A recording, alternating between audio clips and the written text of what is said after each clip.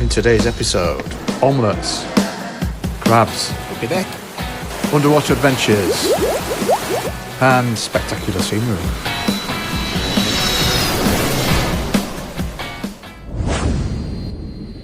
So today we're in the village of Las Caletas, which is between Costa, Teguise and Arrecife.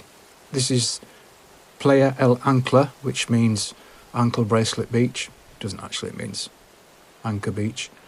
And these are the kind of the very well-heeled boho properties, to use a phrase.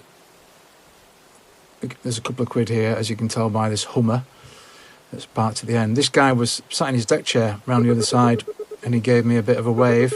I don't know if it was a wave of recognition or get out of my face, but I was in a kind of public area. That's the Barcelo at the edge of Costa Teguise, and we're going to walk down to this public beach now. It's a lovely hot day there today, that day. And this is the breakwater that kind of calms the waves as they hit Playa Ancla. And this is obviously all man-made. And that's the reverse view of the house. Beautiful property. And this is my normal underwater shot where I catch Nemo. There he goes, across the screen. I'm going to find him one day. I always do that shot for some reason. And yeah, that's that house, and you can see there's a bit of influence of Cesar Manrique there with the white painted render, and obviously everything's built out of volcanic rock. And then we're back on the kind of main, well, it's just one street is Las Caletas, one horse town, as my dad used to call it, and it's supposed not to have street names, but it does. And as you'll see, there's a few ones that apparently, according to Google, are just made up names. So Cala El Bambilotto, I think, that means street of the bamboo dog kennels, actually. Yeah, Google that. So this is a mixture of residential, and there's a couple of rentals, and there's just one bar and restaurant. There you go. I think that's a resi, I think. There's no VV sign on it.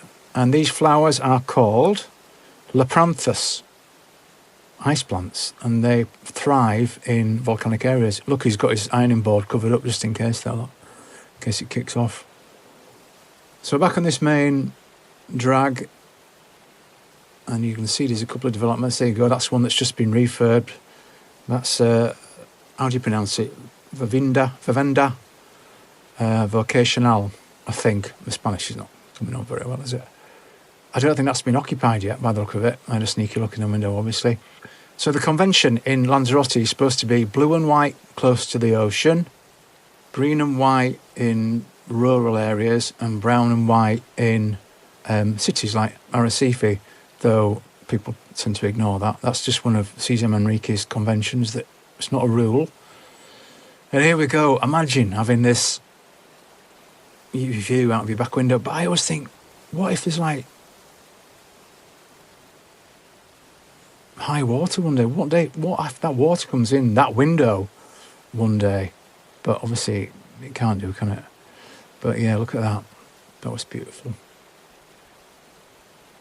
And back on the main street, this is Avenue Lazada, which means Avenue of the Sardine. And that's true. I'm not making that up. So Lazada is mackerel. Mackerel is kind of kipper sardine, isn't it? This is the only, Casa Thomas is the only bar and restaurant. This was actually full. It was Sunday afternoon. You can't really tell. And I've got a few glares, weirdly. I can't understand. People must be used to like cameras now, and everybody's got a 4K camera in their back pocket, haven't they, with their iPhone? I mean, this was my DJI cam. So I tried to get a sneaky look at the back area and couldn't really get around that area. So I went a bit further on, and I bet this guy's ignored the convention. He's green and white. I bet he's sweating that if somebody kind of builds in front of him there, because he'll lose his view. And we have a sneaky look. Oops, step over that chain, Nick lad. There we go. That didn't seem to be occupied, that green and white one there. I had a sneaky look in, through the railings. And that's the back of the restaurant. Wow. I mean, you kind of catch your own fish, can't you, there for your supper. Beautiful view. Oh yeah, please comment, like and subscribe. That would be great, especially subscribe. You can get to see my vids. So coming up is the issue with this place, and here we go.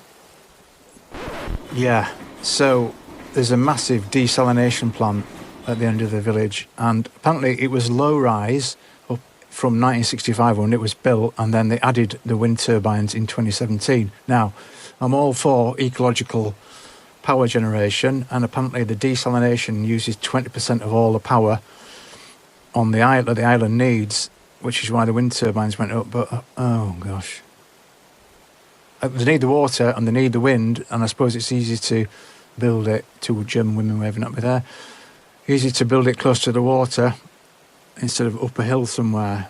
But what a shame. And unbelievably, this is what Port del Carmen was like in the 1960s. It was just one road with little fishermen's cottages. Can't imagine it now looking at it. And we're kind of at the end of a one-horse town, Avenida Lazada, mackerel, sardine, fish, whatever.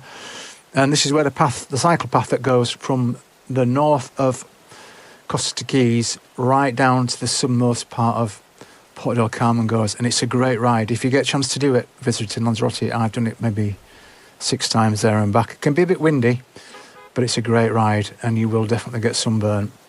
So this is it, end of the town. This is the road to Arrecife. I filmed these boats coming up here in 2021, and I don't think they've moved. So that phrase there on that boat means of Caleta. There you go. You see, I've googled that. That boat's definitely not moved. I've got video proof. So yeah, just like one afternoon out in a pretty little village. Loads of these places in Lanzarote, so get a car when you're out and about. I walked down here, but yeah, lovely place. See you next time.